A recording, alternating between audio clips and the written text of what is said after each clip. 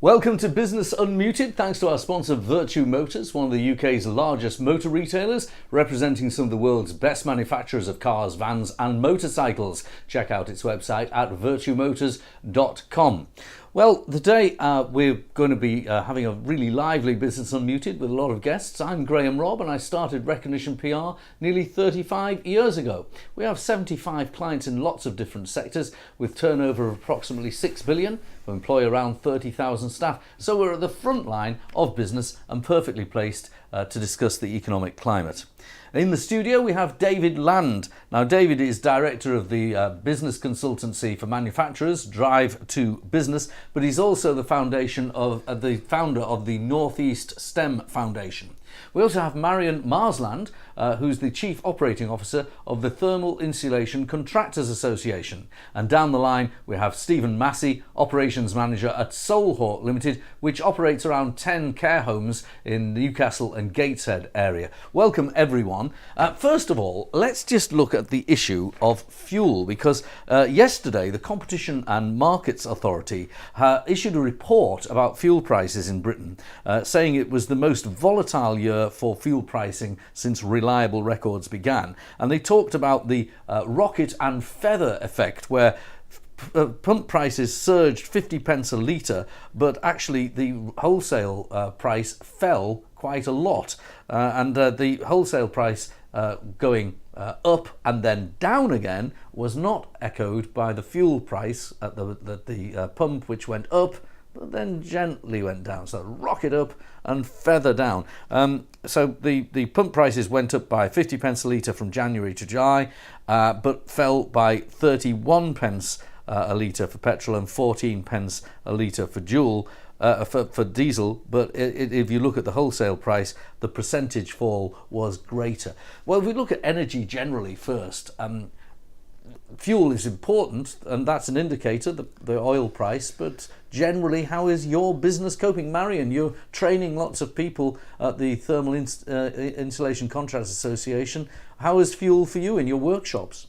Fuel's a big issue for us. Obviously, we've got a huge workshop. It's a very difficult space to heat. But I guess as a business, we're in a really luxury position in that as a trade body, part of our job is to pilot schemes and show our members way forward. We're Thermal Insulation, we're about sustainability.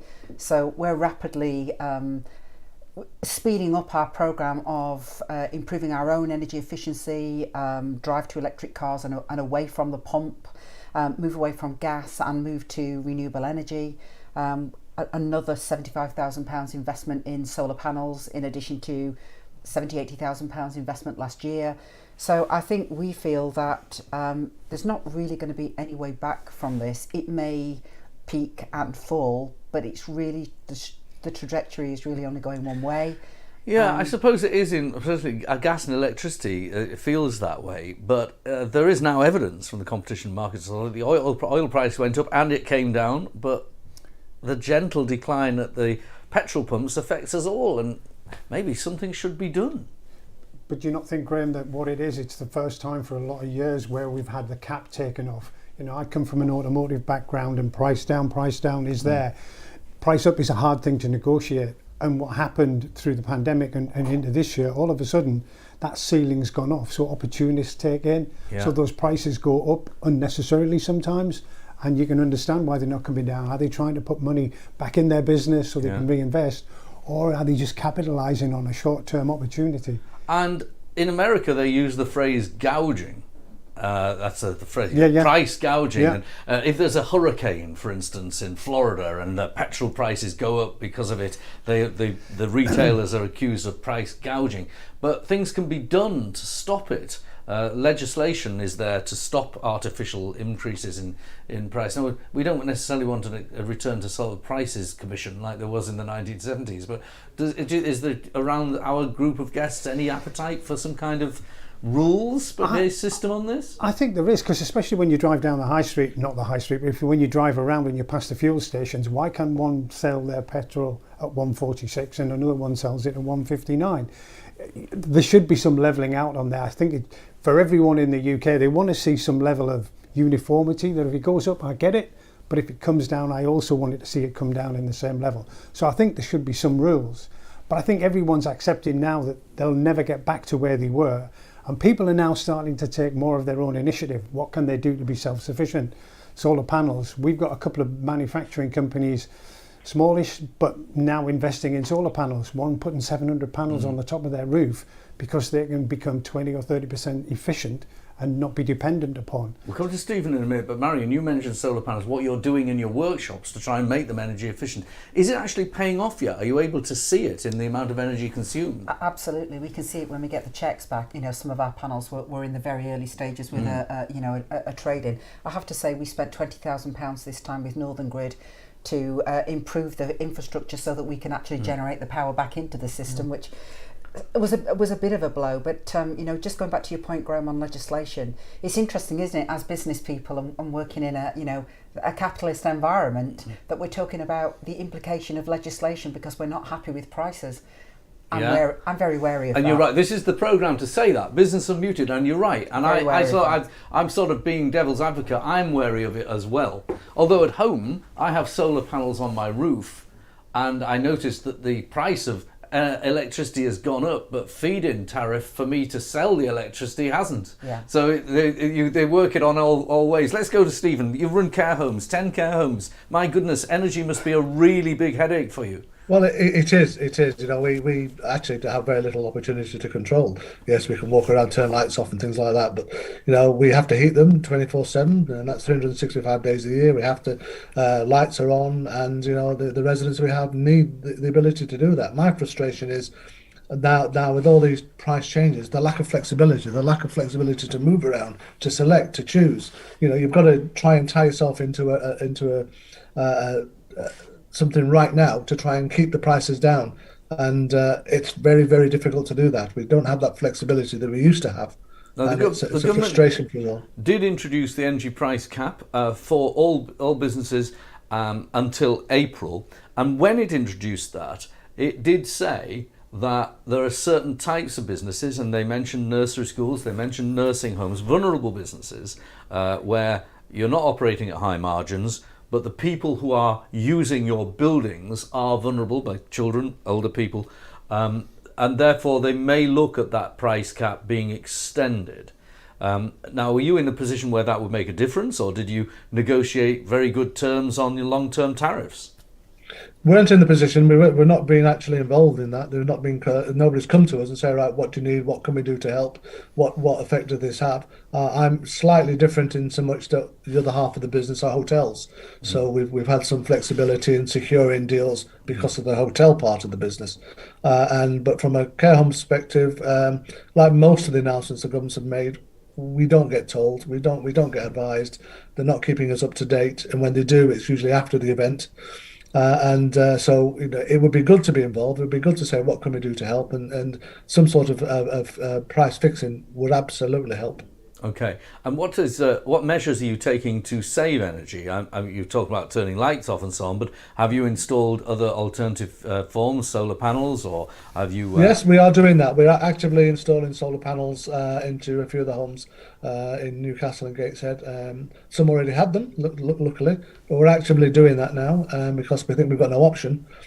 We have invested in the fleets for myself, and that we have electric cars, but that's for the guys that are on the road. But we are installing them wherever we can. But most of our buildings are old, and some don't lend themselves too easily to have these things fixed onto them and fit in the right sort of way. But we are doing that. My own building, my office building, has a flat roof, so it's something I'm actively looking at the moment. But I said to you, I did solar panels at home, but I'm at work when the sun is out, so I don't use the electricity. Bit daft. So I can program maybe the washing machine to go on when the solar's. But what I'm now doing is investing in batteries. And has anyone looked at battery technology? Battery is key. It's still not there yet from a commercial. It's only on the outside edges for domestic use. It's certainly not there for commercial. But it's interesting that. In terms of the building, we're talking about solar panels. Actually, the biggest expanse of energy is through the walls, and we don't have enough skilled people to retrofit. We're talking about our net zero policy for energy efficiency in buildings. What we need to understand is 80% of the buildings that need to be zero energy efficient by 2050 are already built. Yeah, it is. So Is it's it? how do we address the existing building stock? It's not about new buildings. And sometimes the buildings are not old. We're sitting in our studio here in a building that was built in 2006. When I had it audited, the roof, the heat goes out through the roof because it isn't built to domestic standards. And I don't know if you obviously in your sector you must come across this all the time. Well, we're the thermal insulation contractors, and I can tell you I work in the coldest building. Right. Because it's a building we've taken over. We had very little input into its build, but I would say it's a building that needs significant retrofitting if it's going to have any chance of achieving net zero. And actually, the energy that we're producing from the panels is a fraction of what we really need to do. Okay, and I'm sorry, David, you're going to give it to Stephen. I'm going to ask you about your buildings. You said there's a mixture in your portfolio, but of course you're a commercial business, and Tika looks after commercial businesses, doesn't it? Well, our members will work on commercial buildings. Is insulation something that you've actively looked at in your homes? Yes, well, we have, and we have double glazing as you'd expect. We have done insulation. We are doing that. We are reviewing that. We've gone around changing the light bulbs over, for instance, over to LEDs and things like that. And when we have to replace things, we look at the most efficient systems that we can put in. And so we are doing that. But insulation does form part of any upgrades that we do. All right. And David, your point on this? Yeah, the point I was going to try and link what we talked about at the beginning. I think there's a lot of people that don't know really what to go by. What should I do to my building? It's hard to get independent advice because you've got a lot of people who are capitalising on this is in vogue, so I can charge what I want and it's in short demand. I've just put solar panels on my home with batteries and inverters, and I could double the batteries up. So I'm now today was a nice day because I charged my battery up, but then I'll store it and I can use it overnight. Absolutely. Or I can use it the following day. And it's getting that advice, I think, that's important. If you've got any takeaways from this programme, I was privileged to chair the Make UK Northern Conference last week, and there was an expert on battery technology, and the pricing of batteries is basically £1,000 a kilowatt. So if you've got a 5 kilowatt battery in your house, it should cost around £5,000. And if you've got a big battery, commercial battery, you could be talking about £1 million in a big steel container. So that's the kind of price at the moment. Let's see if that comes down. Let's change the subject now. It's been called the winter of discontent. There are a few people around this conversation who remember the real winter of discontent, but there's a slide we'll put on showing the number of strikes that there are throughout December. Now these are mostly public sector strikes, postal workers, there's some teachers, there's rail workers, ambulance staff, nurses taking action over December, quite disruptive. Now, this is a business programme, and I'd give my opinion on this as someone in business. Watching the media and seeing this matter being discussed, there's a lot of attention to who's on strike and why, and the strikers get interviewed and the unions get interviewed, and then the effects on the public are discussed. But the management haven't really put their case very well at all in public.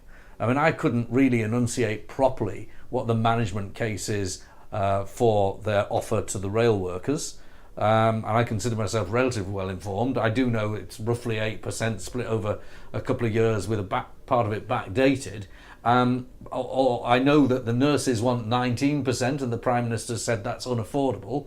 But the case, the other side of the argument isn't being ventilated much, is it, David? No, it's not at all. And I think for me, it's a little bit about choice. You know, you talk about running your business. You sit with your balance sheet, you see where your cash is, you make a decision what you invest in and what you don't. But I think at the minute, everyone expects everything. And whether it's the nurses, whether it's the rail workers, some of them are on pretty good wages, you know, and the fact that they're asking for more, I think is unrealistic. If they were given a series of choices, what would you choose and which would you compromise on?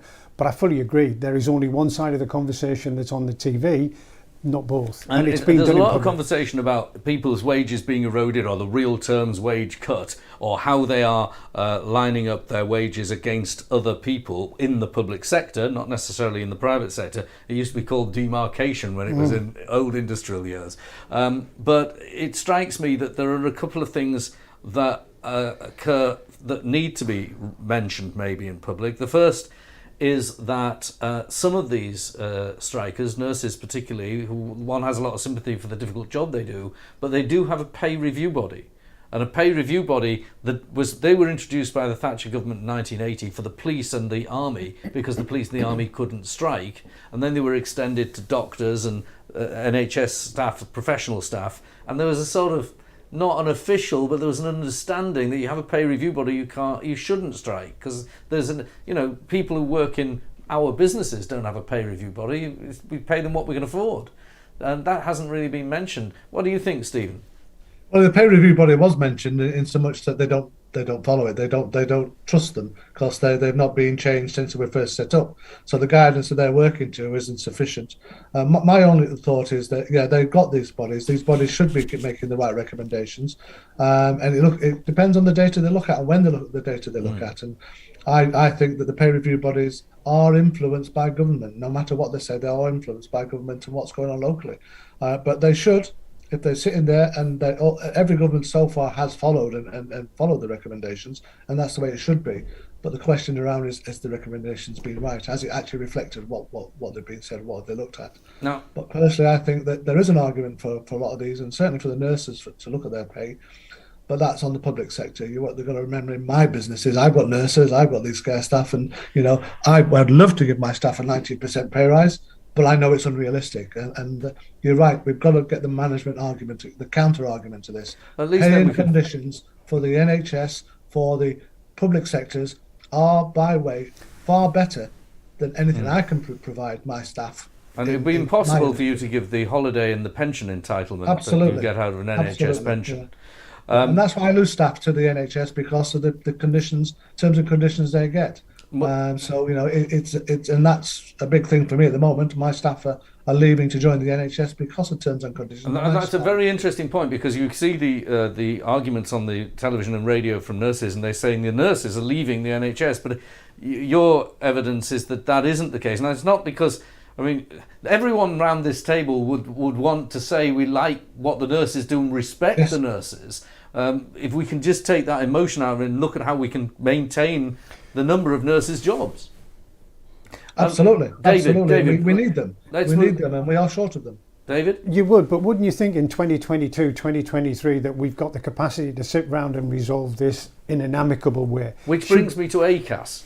Do you remember ACAS? I remember it, and I've used it. You've used it, right? Tell me your experience of ACAS, because it seems to me ACAS, which we as taxpayers fund ACAS, remind our viewers what ACAS is. I had to explain it to some people in my office who were in their 30s. The Arbitration and Conciliation Service, what it was when you were miles apart, if the expectation, we probably sat there with the nurses at 19% versus what might be affordable at 3 or 4%, whatever the two numbers are, you're miles apart. That's not negotiable range. And then there is a complete indifference, is that one side won't listen to the other. You get someone with industrial experience or experience in business, and they talk to either side independently and try and bridge a way through to get to a solution, which is where we should be. And what is your experience of using ACAS, the service itself? Because it's free, as I understand it's free. Did you have a good experience of using ACAS? We did. I only used it once for any real significance, but no, it was positive. It was an arbitrator, somebody that would just come and talk to both sides differently. And look, you're here, you're there, and you've got the balance of opinion. In the case of when you did use it, we don't need the detail of it, but were you able to come out with a resolution because of using ACAS? We resolved, and we probably resolved inside a week and a half to 2 weeks. Right. You see, it strikes me. I'm a child of the 70s. I remember the Winter of Discontent, and this is not the Winter of Discontent. There's no secondary picketing. It's the private sector isn't affected because there's a realistic approach to the private sector. There's the stuff in the shops. It isn't the Winter of Discontent, but in the 70s, one of the good things that the Callaghan government did was ACAS, and Jim Callaghan himself said you shouldn't strike while there are negotiations underway. And if people are at ACAS, he used to say, as a Labour Prime Minister, you mustn't strike while you're negotiating. Marion? Well, I think you've got a perfect storm, haven't you? We're talking about negotiation process where it's just a simple dispute over pay. And whether that's public sector, the nurses, the railway workers, private sector, there are other things that are going on in the background that are fueling this. And actually... I see this akin to where we were a few years ago. This is linked to, in my own view, I think there's a broader political picture here where there is leverage of a group of workers, there is the perfect storm to utilise that leverage. It's not just simply a question of I've asked for 10% and you're offering me 2%. We're being fed all the issue of, this terminology and this narrative of the cost of living crisis. In my own sector, we've had unofficial industrial disputes on local TV with banners out there talking about the cost of living crisis, and many of these workers will be earning double, if not triple, what a nurse would be earning. So it's a much more complicated picture than we simply can't reach an agreement, because there are so many other things that are happening behind the scenes, and every industry's got slightly different baggage attached to it. I think. Go on, David. I was going to say, I think the point you made there is to reach an agreement. At the minute, when I watch CTV, I don't think there is as it was one side of that argument that wants, or even both, wants to reach an agreement. The rail unions are not taking things to their members. They're not allowing that vote to take place. There's a political bias in there. All right. Well, let's just put this one last thing and we'll move on to another subject. The last thing, the Sunak government said today, in Prime Minister's questions, he's going to bring law to force here. The law that he's likely to bring to force was in the Conservative manifesto, which is minimum thresholds of service when you're on strike. I mean, I don't know what the minimum thresholds would be, but say for argument's sake, 20% the trains should run, or 50% the ambulances should be available, whatever the threshold is appropriate. Now, do you think that will A, be something the public will warm to, and B, it does have fairness and equity attached to it? Stephen first. Well, I think actually it's a sledgehammer to crack a nut. I don't think it's the right option. I think to put legislation in place to deal with something like this actually works against what they're actually aiming to do. I don't think it's the right thing, and I think your comment earlier on about the private sector being more realistic, because it has to be. I think to do this, it will actually work exactly the opposite way that we want it to do, and I think legislation is too much. Okay, David?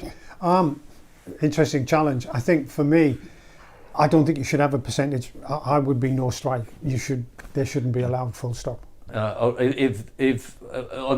they're negotiating. While they're negotiating, but I think, go back to the point I made before, you've got to find a way of what is the difference, how do we resolve it? And if you bring ACAS back or in a different form, let's resolve the problem. So you have a mechanism that justifies no strike. You don't say no strike, you don't withdraw people's right to strike. Correct. Marion? I'm definitely in the middle. I was on the railways yesterday, my train was cancelled, but it was still mayhem. I think that taking away people's right to action almost incites them more. I think they're somewhere in the middle, and I think if the percentage of, there has to be a percentage coverage. If it's a proportionate percentage, then I think the public could be brought in favour of that. And certainly with trains and rail strikes, if you're one of those unfortunate people that desperately need to train on Christmas Eve to come back and see your mum, you would really welcome a minimum service. Well, my daughter's one of those, coming back to see her dad. She's flying in from America the day before, and we need to get her up to, we'll rent her a car in the end. May I just add something there? Because yes, of course. Being an ex-military man, which I am, my frustration in all of this is this constant referring, going back to get the military in to run this and the military to run that. And the vast majority of these military personnel going in there to do it get paid less than the people that are actually striking. That's a very good point, Stephen. The people there, and it's a real frustration that people that are in critical industries, are striking. And it's all right saying they're not good, they're going on strike, but there'll be enough ambulances for this and enough for that. They are critical industries to us. And I agree that actually that there are times when strike is not the right thing to do. I do get a sense that from this group here, the opinion slightly changed. I noticed some polling on the rail strike. When the Christmas Eve rail strike was announced, suddenly it went to 51% against where the strikers were. So I think there's a bit of a moving feast here. The last question to you all. The government, a Conservative government that labelled itself pro-business, and I know everyone who watches this knows that I was supportive of that government and helped Rishi's campaign, but on Monday they announced a statutory right to request flexible working. Now, let's not overheat it, because it doesn't mean you have to give flexible working, but the statute will be that any worker from day one that they work from you is allowed to request flexible working, which doesn't just involve working from home. It could be how their holidays are arranged, working hours, childcare, so on. Now, it sounds nice and it sounds very cuddly, But I'm going to look to you first, Stephen. You're running a nursing home group. I should imagine rostering staff is one of the headaches of management. It absolutely is, and we are legally obliged to have a certain number of staff on duty at any one time, and quite rightly so. So there are certain roles where flexible working just cannot happen, and as much as we want it to do, it just cannot happen. Yes, we can be flexible on the days they work, and we can be flexible on how they book their holidays, but it has to be realistic about what the expectation of flexible working is. When a staff member hears about flexible working, they automatically think they can ask for what they want and they'll get it. We did an example some time ago about school kids. Most of my staff have children, so they'd like to take them to school and I like to pick them up. But that means that we've got to have people that start before that and there are people after that. So flexible working isn't the answer. I know the minister responsible is a plain-speaking Yorkshireman, Kevin Hollingrake, and he went in the paper and said it's a no-brainer. Well, it didn't sound to me that it was a no-brainer. David? I think there's two sides of it for me. From a manufacturing point of view, you can't do it. Everyone is demanding their product. If they click on their iPad tonight, they want it delivering tomorrow morning. Yes. That means people have to be at work 24/7. So it doesn't work from a manufacturing industry. I came from automotive, and you were timetabled to a 20-minute slot of when your product was either collected or you delivered. So it's regimented. You can't have flexibility. And if you've got an organisation where you've got people who can't be flexible and then another series that are, it's difficult to balance. But the compromise that I think we've got in there is, I chair the UTC, which is slightly different. It works a longer... University Technical College. University Technical College, yeah. It works a slightly longer day, 31 hours rather than 25. And we've got parents who can drop their children off. A longer week, not longer day. Sorry, did I say a day? Yeah, a week. I think that's pretty good productivity. Yeah. I think we'll all applaud that. A 31-hour day. Well done. Yeah, let's vote for that. So I think, it's good that they've got that. People can drop them off and work. So that flexibility can work. But I think one size doesn't fit all. It can't be one or the other, but it's hard. How do you make the compromise when part of your workforce can't be flexible and other ones can? It's a hard balance to meet. It's got to be, can't be just you have to have it. It's got to be something that's either got to be negotiated, earned, or worked for. All right, Marion, you get last word. Well, first of all, it's changed in that when you can request it, but it's not changed from the employer in that you have to give it. And the second thing I would say is we're all sat here today and we've all got chronic staff shortages and we're dealing with Generation Z. Yeah. Grandparents put the roof over your head, parents gave you a standard of living, and young people today want choice. And if we're going to give competitive advantage within our businesses and we turn our back on flexible working, don't be surprised when it's even harder to compete in an employment market. Marion, measured answer. Thank you very much. That's it. Next week is the last Business Unmuted of 2022. We're going to have a few weeks off for Christmas. Do join us then. Thank you very much.